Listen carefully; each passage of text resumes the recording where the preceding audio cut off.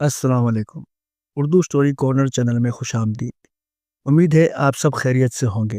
دوستو، اگر ابھی تک آپ نے چینل کو سبسکرائب نہیں کیا ہے تو چینل کو سبسکرائب کر لیں اور بیل آئیکن نوٹیفیکیشن پر کلک کر دیں تاکہ آنے والی ہر خوفناک کہانی کا نوٹیفیکیشن آپ تک پہنچتا رہے۔ آج کی جو کہانی ہے وہ کراچی ہوکس بے کی ہے۔ ہوتا کچھ یوں ہے کہ سکر سے ایک نوجوان آیا ہوا ہے جو ہوکس بے گھومنے کے لیے جاتا ہے۔ اب جب وہ ہوکس بے گھومنے کے لیے جاتا ہے تو ظاہر سی بات ہے وہاں بہت سے لوگ آئے ہوئے ہوتے ہیں، نہا رہے دھو رہے ہوتے ہیں، موج مستی کر رہے ہوتے ہیں، یعنی کہ وہاں بہت رش ہوتا ہے۔ اور جو ہے اس ٹائم پانی بہت چڑھا ہوا تھا اور لائف گارڈ جو ہوتے ہیں وہ لوگوں کو منع کر رہے تھے کہ آگے نہ جائے، پانی بہت چڑھا ہوا ہے، خطرہ ہے۔ لیکن اس کے باوجود بھی جو ہے وہاں پہ لوگ، لڑکے اور لڑکیاں وغیرہ جو ہیں، لیکن کچھ لوگ ہوتے ہیں نا جو شودہ باز قسم کے ہوتے ہیں، جو شو مارتے ہیں، تو کچھ لوگ ایسے بھی بیچ میں ہوتے ہیں۔ تو وہ لڑکا کیا کرتا ہے جو سکر سے آیا ہوا تھا، وہ کسی اونچی جگہ سے پانی میں جمپ کرتا ہے۔ لوگوں کے منع کرنے کے باوجود وہ اس پانی میں جمپ لگا دیتا ہے۔ اب جو وہاں لوگ موجود تھے وہ دیکھ رہے تھے کہ اس لڑکے نے وہاں سے جمپ تو ماری ہے لیکن وہ واپس نہیں آیا، کیونکہ وہ لوگ جو وہاں موجود تھے وہ اس کی طرف متوجہ تھے، کیونکہ وہ اتنی ہائٹ سے جمپ لگا رہا تھا تو سب لوگ اس کو دیکھ رہے تھے اور یہ واپس نہیں آیا۔ جو وہاں پر لائف گارڈ ہوتے ہیں تو لوگوں نے ان کو بلایا اور کہا کہ بھائی ابھی ایک لڑکے نے اوپر سے اتنی اونچائی سے جمپ لگائی ہے لیکن وہ واپس باہر نہیں آیا۔ تو لائف گارڈ نے کہا کہ ہم تو اس کو منع کر رہے تھے، سب کو ہی منع کر رہے تھے۔ لوگوں نے کہا پھر بھی آپ دیکھو تو صحیح کہ بندہ جو ہے گیا کہاں آخر۔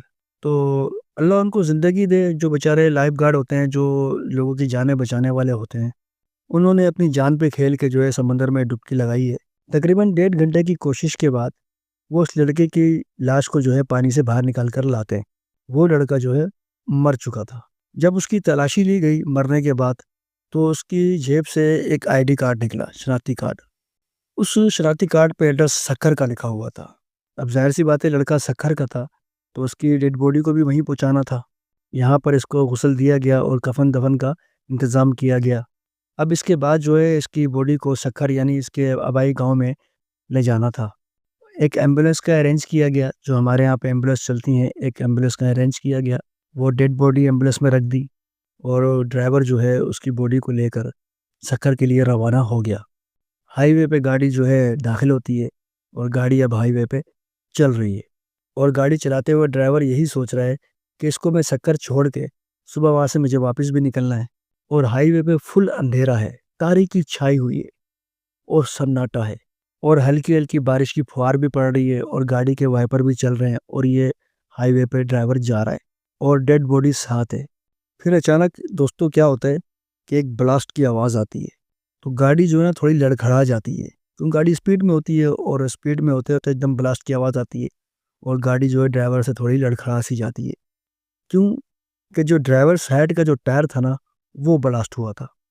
تو یہ ڈرائیور گاڑی سائڈ پہ لگاتا ہے اور گاڑی سے باہر نکل کر فوراً جو ہے ٹائر نکالتا ہے اور جیک نکالتا ہے کہ میں جلدی سے ٹائر چینج کروں، لیکن ٹائر تو نکلتا ہے پر گاڑی میں جیک نہیں ہوتا، اور ہائی وے کا ماحول ایسا ہے کہ یہاں دور دور تک کوئی نہیں ہے، دور دور تک سناٹا اور اندھیرا چھایا ہوا ہے۔ وہ اس پریشانی کے عالم میں کھڑا ہے کہ اب کیا کیا جائے۔ پھر اچانک اس کے کاندھے پر ایک ہاتھ آتا ہے، اور جب ہاتھ آتا ہے تو یہ ایک دم گھوم کر دیکھتا ہے۔ جب پیچھے دیکھتا ہے تو پیچھے ایک شخص کھڑا ہوتا ہے جو اسے مخاطب ہوتا اور کہتا ہے کہ آپ کے پاس ماچس ہے، میں نے سگریٹ جلانی ہے۔ دور دور تک کوئی نہیں تھا، دور تو چھوڑو آس پاس بھی کوئی نہیں تھا۔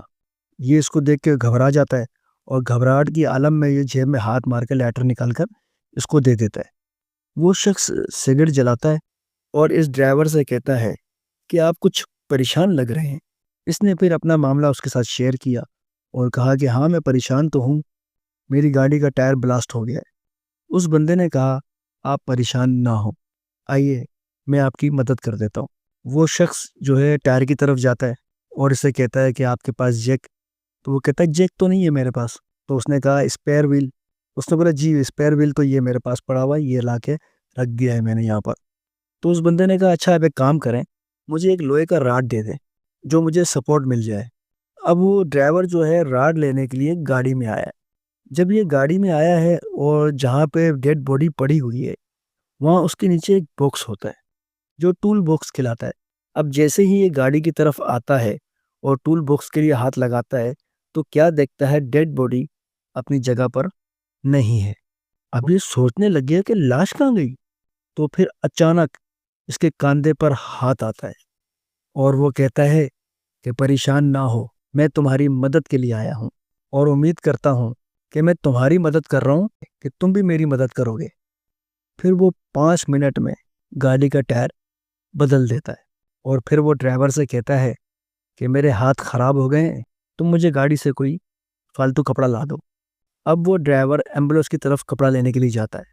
اب جب یہ کپڑا لے کر واپس اس شخص کے پاس جاتا ہے تو کیا دیکھتا ہے کہ وہ بندہ وہاں پر نہیں ہے، جس نے ٹائر لگایا، جو اس کی مدد کرنے آیا تھا، وہ وہاں پر نہیں ہے۔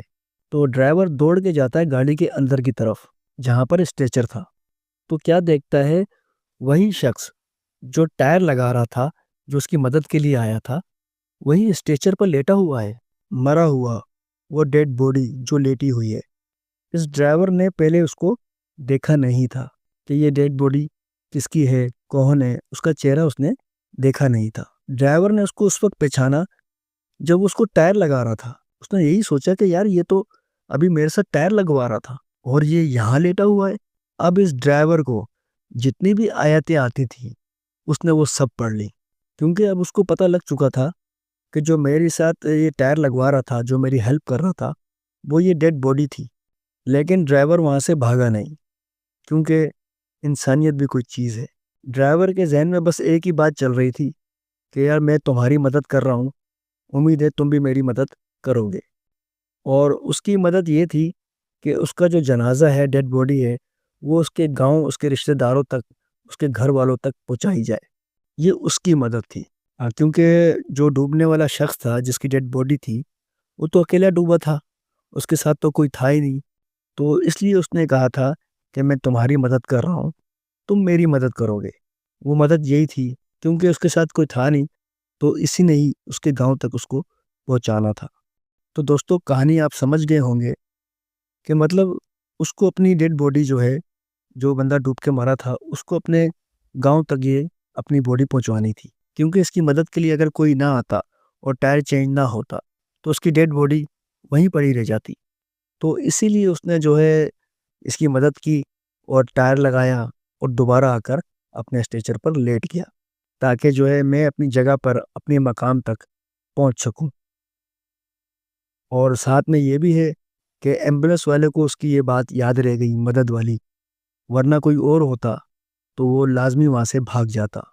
صحیح کہتے ہیں دوستو، انسانیت ابھی باقی ہے۔ امید ہے آپ لوگوں کو یہ کہانی پسند آئی ہوگی، کمنٹس میں ضرور بتائیے گا۔ انشاءاللہ ایک اور کہانی کے ساتھ پھر حاضر ہوں گا۔ اللہ حافظ۔